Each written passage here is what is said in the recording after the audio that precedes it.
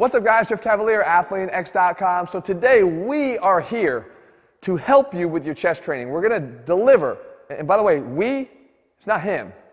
No. We're reaching out, getting a little divine intervention today. We're laying down the 10 commandments, the shouts and the shout nots of chest training so that you can get the most out of your training. All right, so let's get started right away. Excuse me, I'm sorry to interrupt, but Jesse, I've always been a big fan of your beard. Yeah.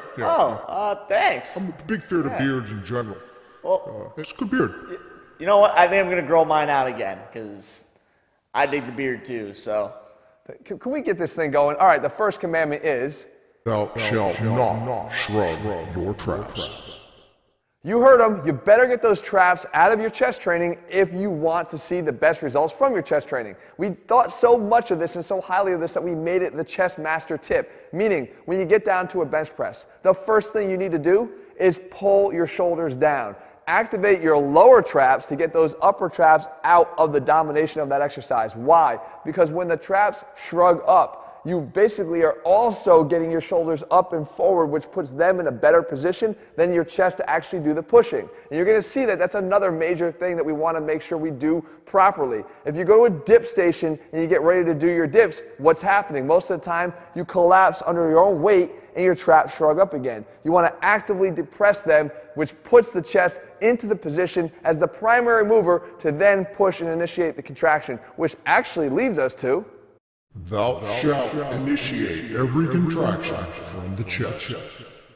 You absolutely need to do this, and it's so simple, but we overlook it. You need to initiate from your chest. You can see it happen right here. Again, there's a very close interplay between the role of the front delt and the chest, and if you don't respect it and see where that line is drawn, you're going to miss out on the opportunity to get more out of every contraction. Because what your body wants to do is let your shoulders take over and move just a little bit in front of your chest here that then want to do the pushing as, again, the line of first defense. But if you actively keep that chest pushed out and initiate the contraction from here, you can feel it. The very first eighth of an inch that you move should happen because of the contraction of the chest, and then from there you continue to push. You're going to feel the difference. It's a major difference, but it does take a cognitive awareness of the fact that the first contraction has to come from the chest, and as soon as you initiate there, you're going to put yourself in a better position for the entire rest of the rep.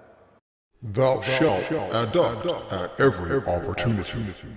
Adduction, the absolute critical component of a complete chest contraction. Now, wait, Jeff, adduction, that's 1 + 1 = 3, right? No. That's addition, and that doesn't even equal 3. Didn't you go to college? Dude, this is not a good advertisement for Quinnipiac.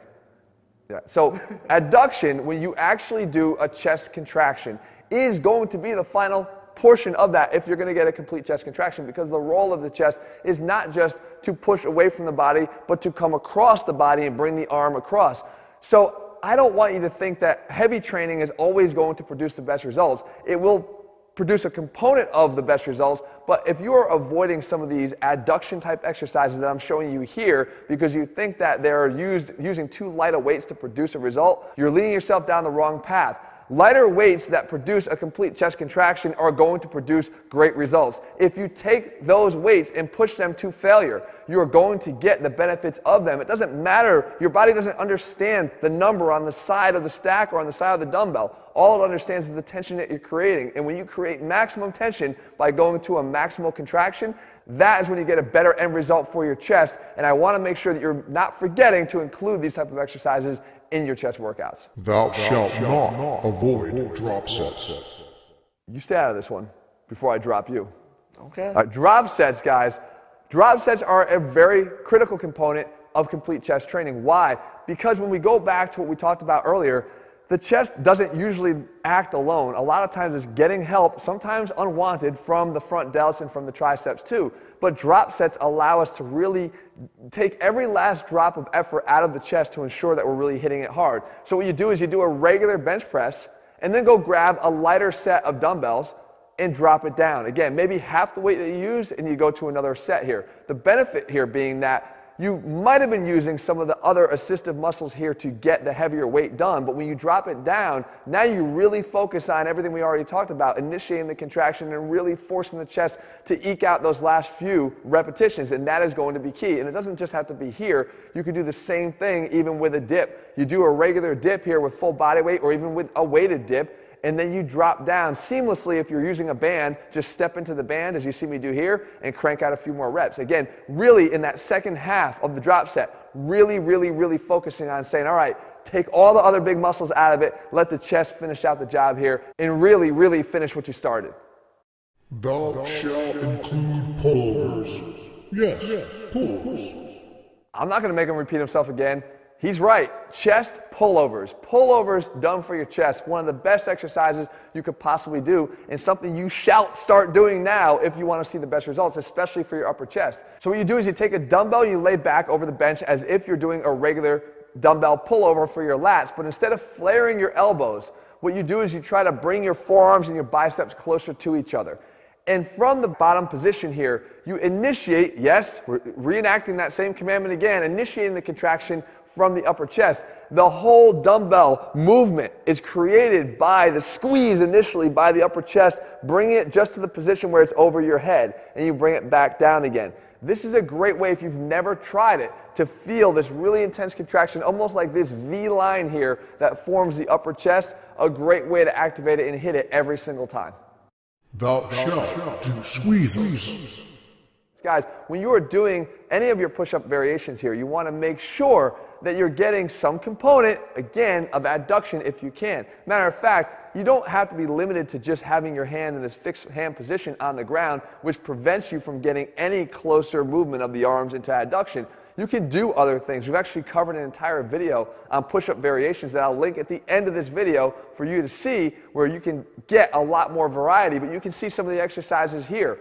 The key is when you're getting yourself off the ground, even if you are doing it from this fixed hand position, is not to just worry about pushing from me to you, but worry about pushing your hands like this. Even though they're not going to slide on the floor, if you feel that you're going to slide on the floor, then you're actually going to squeeze your body off the ground, which does what? It puts your chest out in front of your shoulders once again, and it gives you an overall better impact from every single rep of push-ups that you're doing. Squeeze-ups. Thou shalt protect thy shoulders. Right. Your shoulders need to be protected when you're training your chest. Did you know that there are more injuries done to the shoulder through chest training than there are through direct shoulder training? I didn't know that. That's true, because most of us don't have any appreciation for the fact that every single exercise we do for the chest, no matter what it is involving obviously the shoulder joint.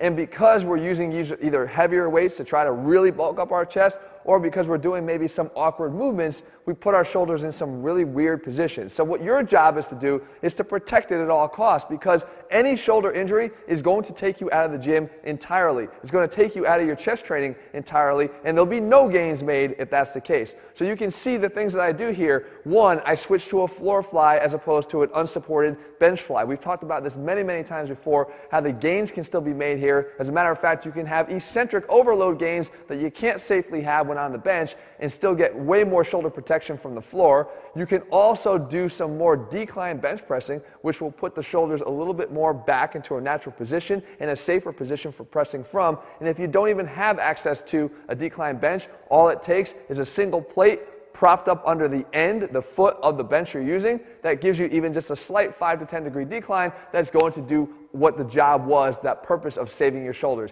Guys, respect your shoulders. You're going to need them on chest day. Thou shalt not forget face pulls. Oh, I know this one. I do this because you told me to do this. Yeah, right. Well, that might be the only thing you've ever done that I told you to do. I'm not a good listener. Why do you think I screwed up my math equation? That's true. You stopped listening in nursery school, I guess. Guys, you have to do face pulls for more than the reasons that we just talked about shoulder health.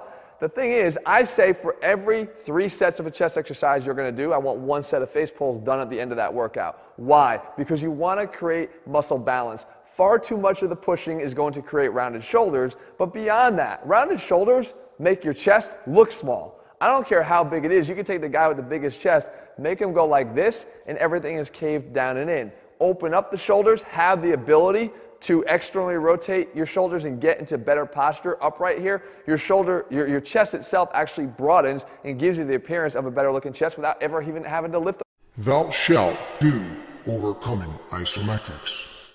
Okay, no. Now, we didn't just save Jesse's alma mater some embarrassment, 1/10 of the embarrassment that they would have had. We actually are taking the shirts off here to demonstrate something very important about the value of overcoming isometrics and why you need to include them in your chest training if you want the right results. Jesse, come up here. We're going to demonstrate something really quick. And when Jesse's in this position here, he's at the sort of almost towards the end position of a bench press. If I were to go and try to resist him and push against him as hard as I could, I really can't budge him that much because he's pretty strong out there. However, if I get him back into the bottom position of a bench press, and I say, Jesse, now go ahead and resist me, it's actually not that hard to push him right off the camera. But now we reverse the roles. If I get out here and I press, Jesse really can't move me, okay? But now if I get into that weak position here, all the way down in this spot here, right? And I say, Jesse, now go ahead and press. Jesse, go ahead and press. I'm pressing. You can press, Jesse. Come on. Whenever you want to press, you can press, right? I have the ability to generate good strength back there because I'm doing this.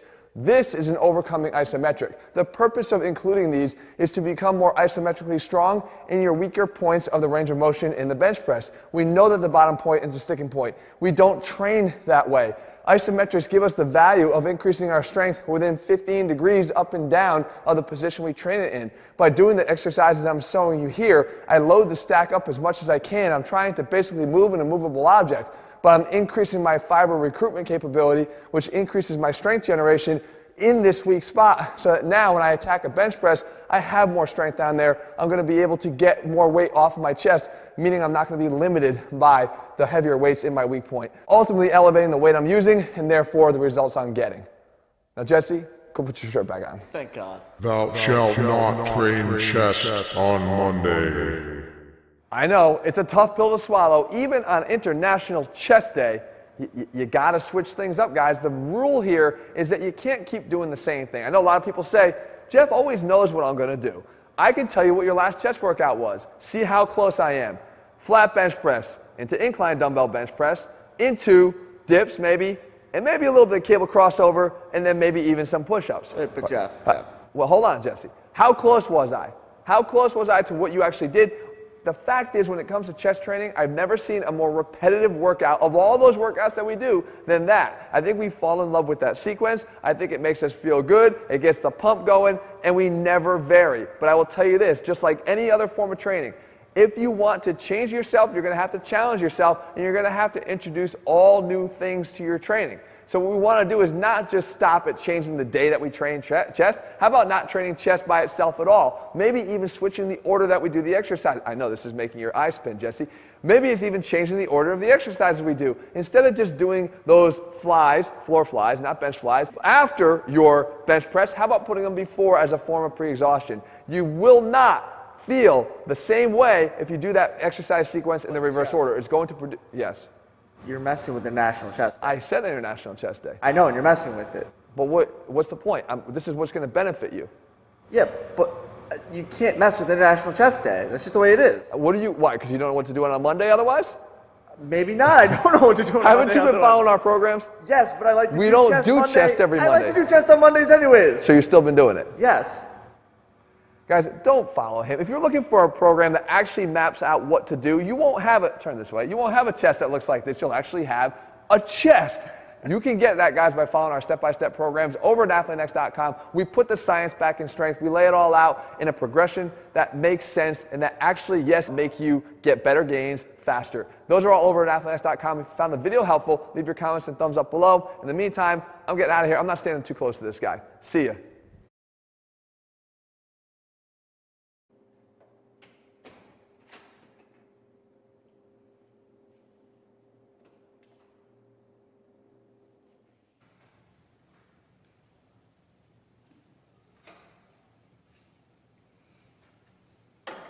Seriously?